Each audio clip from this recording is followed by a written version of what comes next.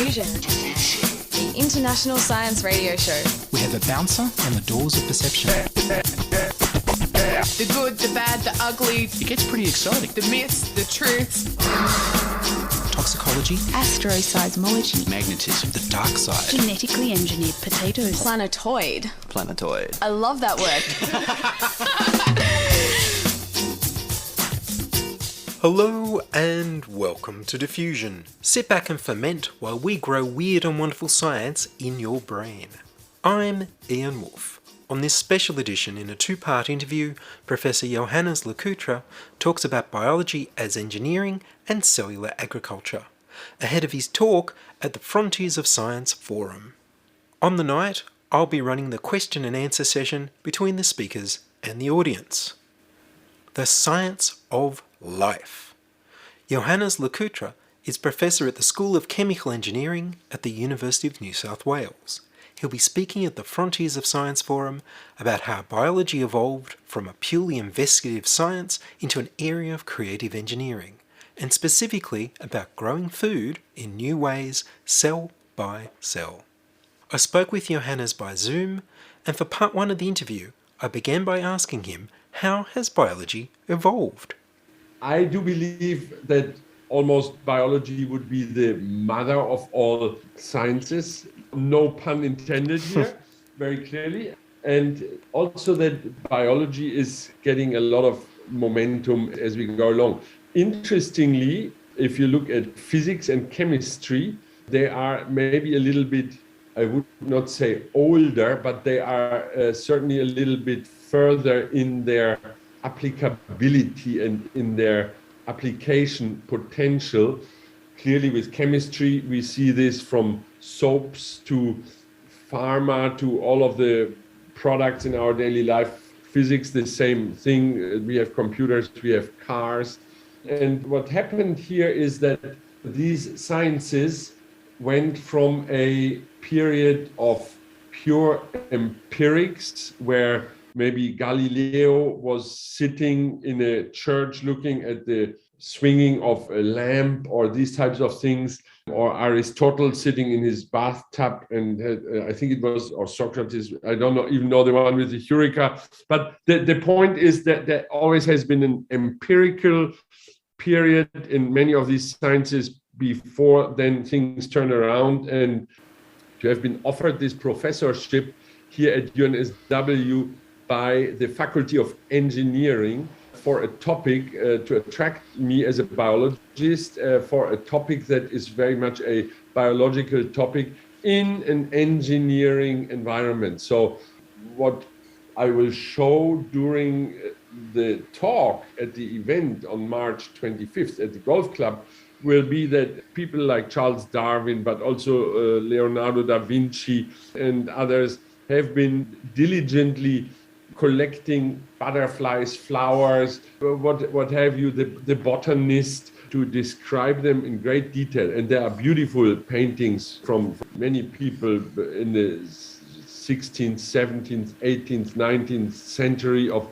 how does biology look, what's the relationship behind form and function. There has been a lot of belief in phenomena coming out of a very religiously driven world, in phenomena such as vis vitalis. There was a belief that behind every living organism there is divine force sparking life into the organism. And we are beginning to understand that the divine forces might be much more complicated to understand and much more subtle, and that there is a lot of clear science and reasoning that can be done to understand life based on cause and consequence.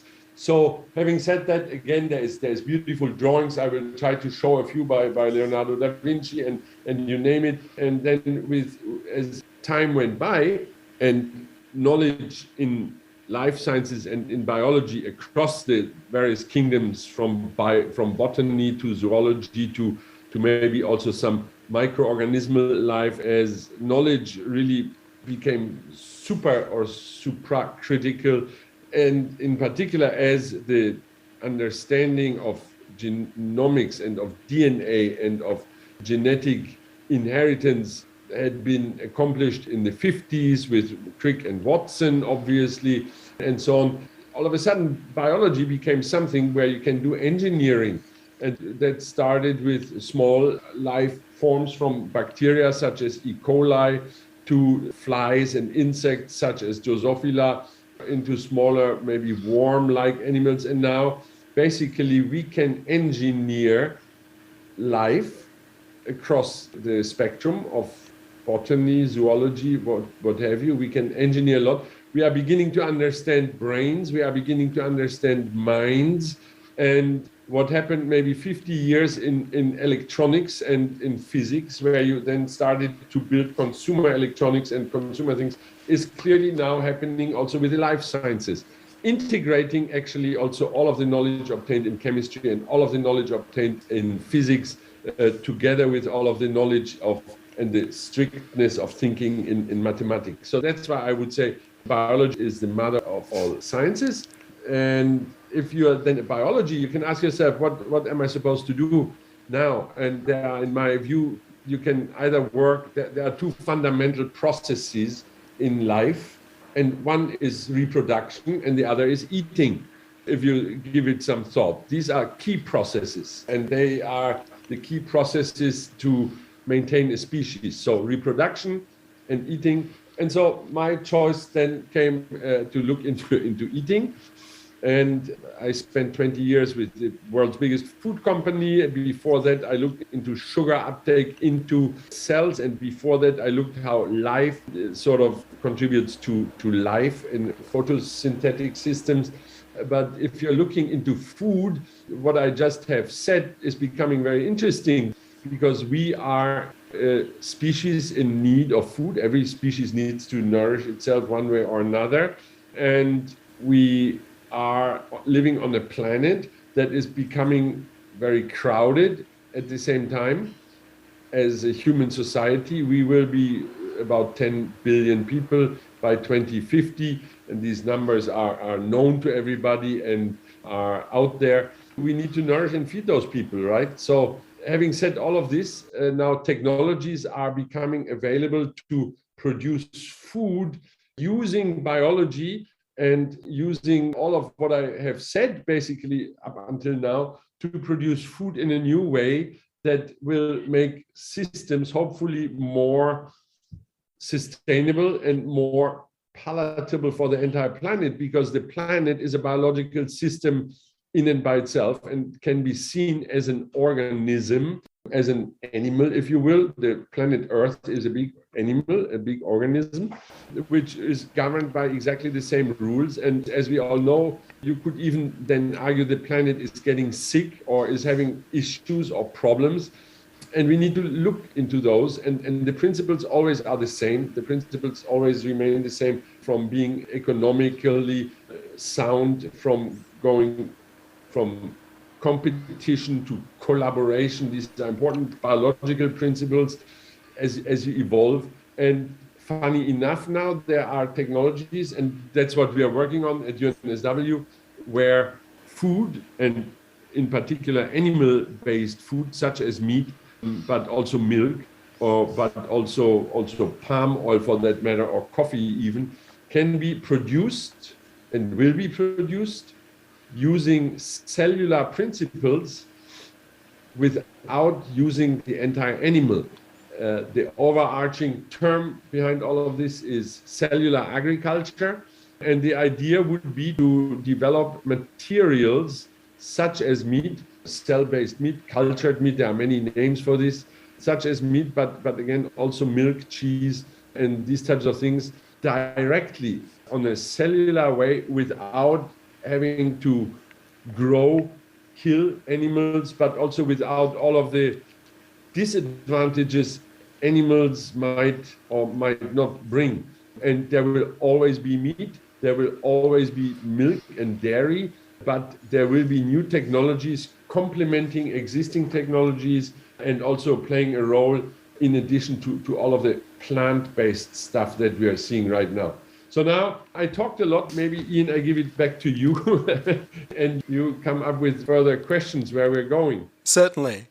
So I followed a lot of the cellular agriculture as it's grown over the years. One of the things I saw a few years ago were there's some companies that were looking into engineering yeast to make milk proteins so that they could make different sorts of cheeses.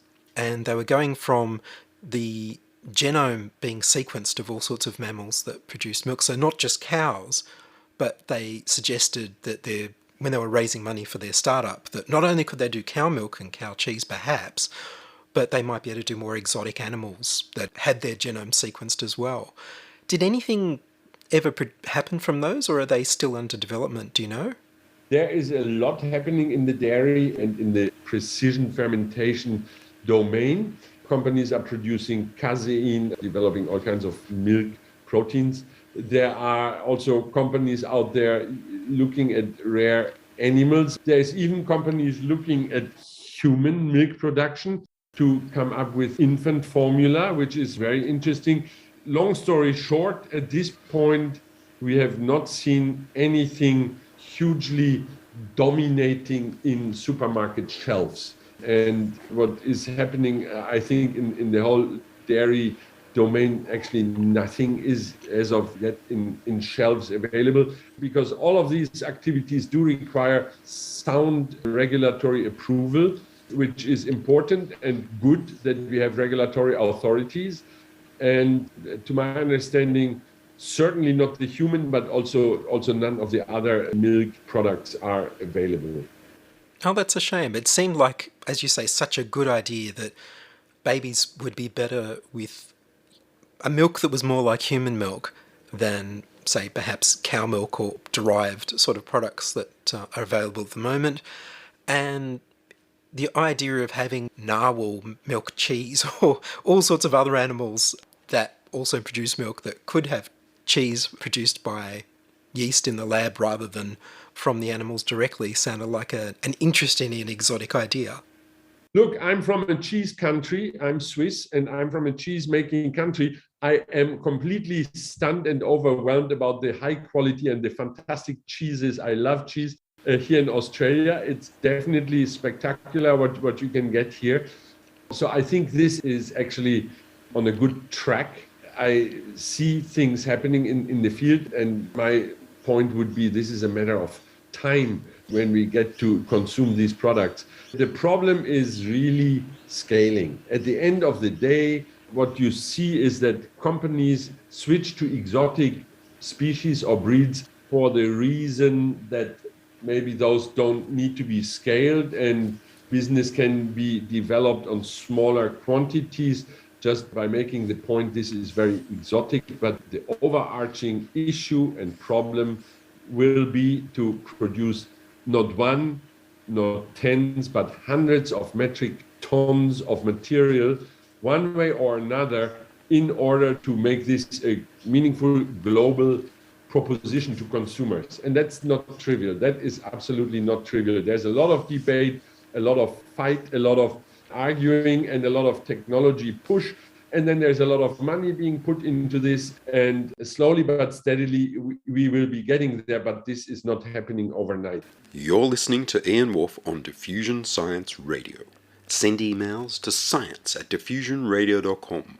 We're brought to you across Australia on the Community Radio Network and podcast over the internet on www.diffusionradio.com. So my big question with all of this is that we're trying to replace, to a large degree, farms, where most people have an idea of what we're feeding the animals and what we're fertilizing the crops with.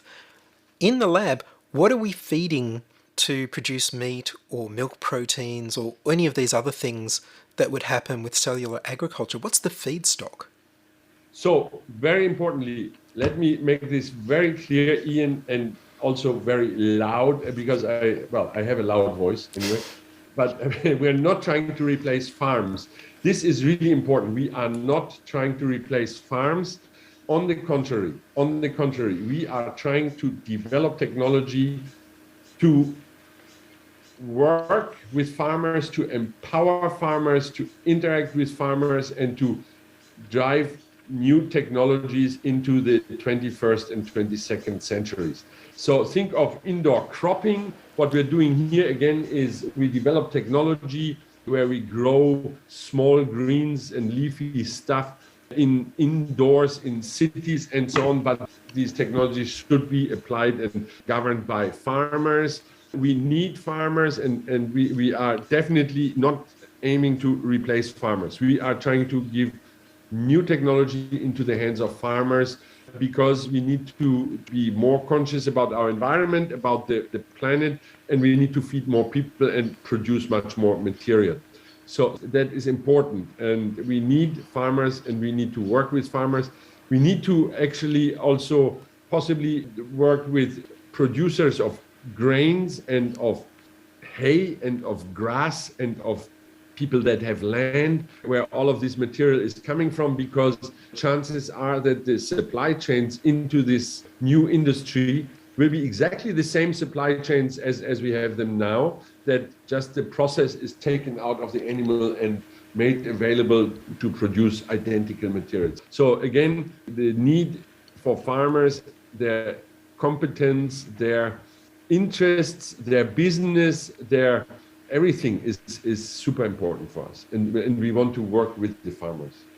So the farmers would be producing what, grains and sugars and things like that, and those are what we might feed to yeast or other sorts of microorganisms that we're going to be engineering to make these proteins and things that we might be able to eat?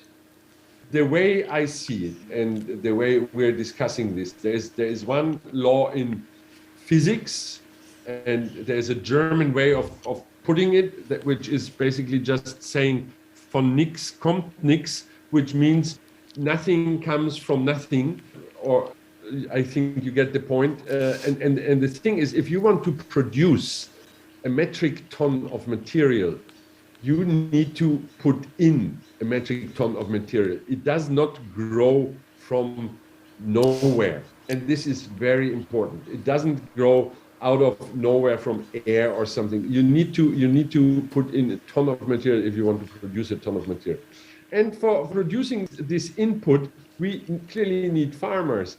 And for putting and placing and developing the output, we also need space. We need farmers. It's about technology, and it's about technology development. The interesting thing here is also that we might all of a sudden have way more consumers than we had before, because maybe a lot of vegan or vegetarian consumers that got lost to the animal-based business will be coming back, because they all of a sudden realize, whoa, this is so tasty stuff and this is so good, I want to actually eat it. And now that animals are being used in the process, I am happy to get back to consuming these materials. So clearly in our society there will be novel technologies, but the people that drive these technologies will always be the farmers, and should be farmers, and should be farmers together with scientists. Like farmers are now already working with breeders, with genetic people, with technology people.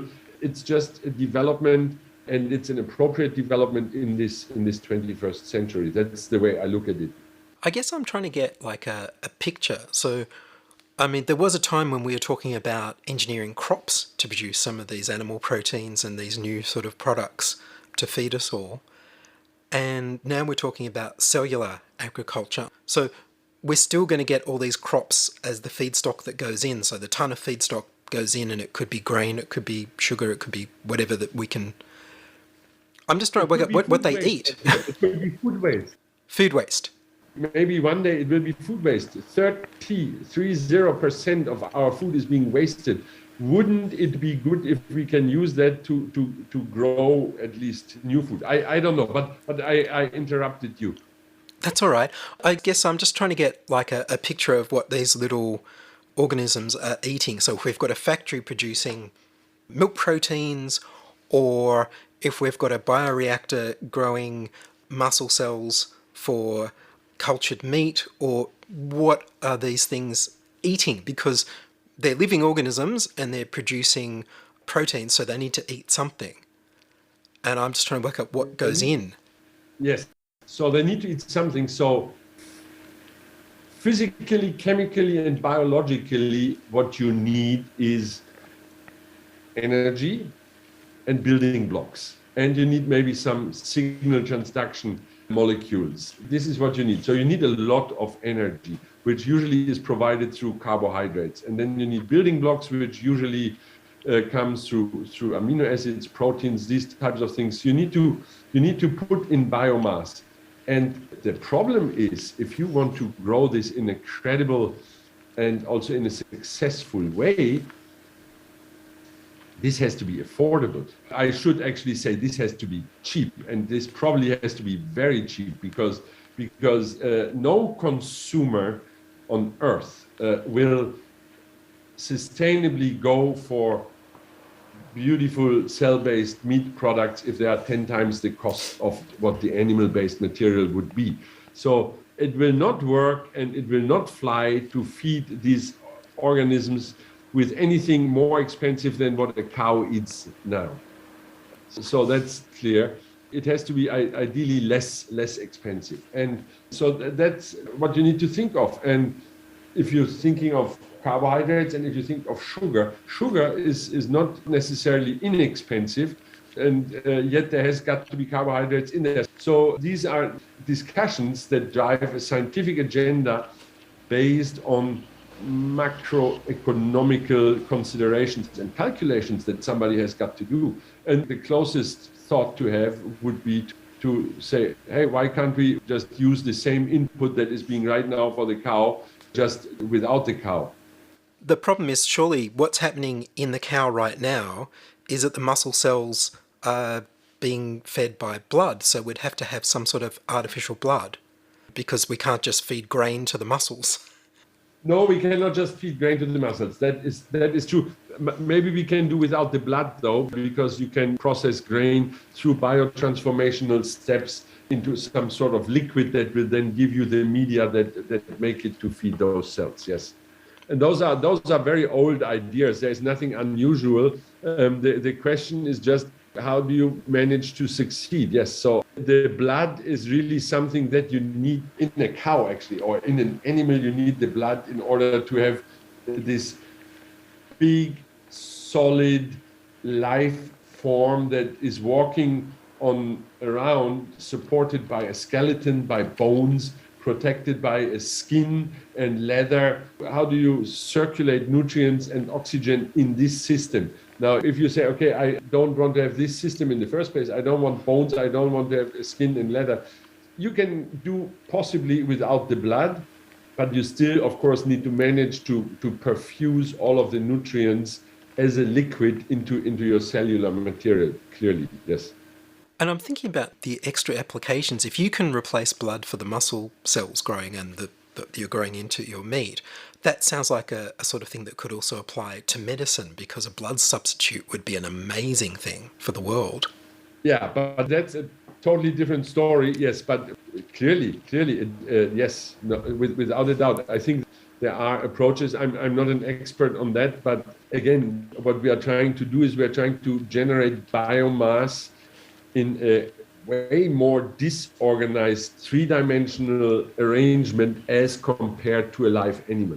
So yes. No need for blood vessels. So what we're trying to do is to do this in bioreactors, to do this in vats, to do this in big vessels, where maybe through clever oxygenation and perfusion or gentle shaking or stirring, you can agitate big amounts of cells and bubble and perfuse nutrients, and I'm speaking here very general, nutrients through and filter waste products out. You manage to grow the biomass in a way that you then later on can eat it. There are many other important processes.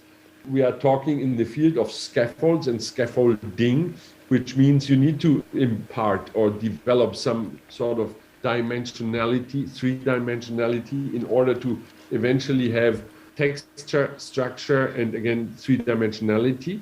That is something people are looking at. Scaffolds on which those cells grow. And to eventually maybe even overcome the concept of a traditional cut. That will take a long time. Right now, and food industry or food technology always has been trying to mimic things. We're trying to mimic the taste of salt. We are trying to mimic the appearance and the taste of butter by inventing margarine. Now we're trying to mimic meat by doing plant-based meat. But as long as we always have the cut as our goal post, we might mimic ourselves into a questionable direction. Maybe one day when these materials as such are being accepted by consumers, we can go beyond the idea of mimicking a cut and develop new concepts of how these biomaterials can be used as foods without trying to just copy or mimic a piece of existing animal-based meat. That was part one of my interview with Professor Johannes LeCoutre from the University of New South Wales, talking about how biology evolved to become engineering, and how cellular agriculture can produce new foods to feed the world. Listen next week for part two. Professor LeCoutre will be speaking at the Frontiers of Science Forum on the 25th of March at Concord Golf Club in Sydney. And that's all from us this week on Diffusion. Are you a scientist, artist, biohacker or maker who'd like to be interviewed about your work? Would your company like to sponsor Diffusion? Send your contributions, opinions, helpful suggestions and donations to science@diffusionradio.com. That's science@diffusionradio.com. Please subscribe to the Diffusion Science Radio channel on youtube.com/c/diffusionradio and rate the show on iTunes. Tell your friends. Follow me on Twitter @Ian Woolf. I produce Diffusion, which is broadcast around Australia to 28 stations on the Community Radio Network, including Radio Blue Mountains 89.1 FM in New South Wales, 8CCC in Alice Springs and Tennant Creek, 2 MVR in Nambucca Valley, 3 MVR in the Mallee Border districts of Victoria and South Australia, City Park Radio 7LTN in Launceston, Tasmania, and 2XXFM in Canberra. Diffusion is narrowcast on Indigo FM 88 in northeast Victoria. Diffusion is syndicated globally on astronomy.fm. Subscribe to the podcast on the Diffusion website, www.diffusionradio.com. That's www.diffusionradio.com, and check the website for links, photos and videos about this week's show. If you enjoyed the show, you can explore more than 1,000 previous episodes archived on diffusionradio.com, where the shows are labelled by keywords so you can focus in on the stories you want to hear. Make a donation through paypal.me/IanWolf, or join my patrons at patreon.com/diffusionradio. I'm Ian Woolf. Join us inside your audio device of choice for more science wondering next week on Diffusion Science Radio. Science is fun. It helps you to learn, to know, and to appreciate. When you study science, you may go on field trips. You discover the marvelous interrelationships between all living things.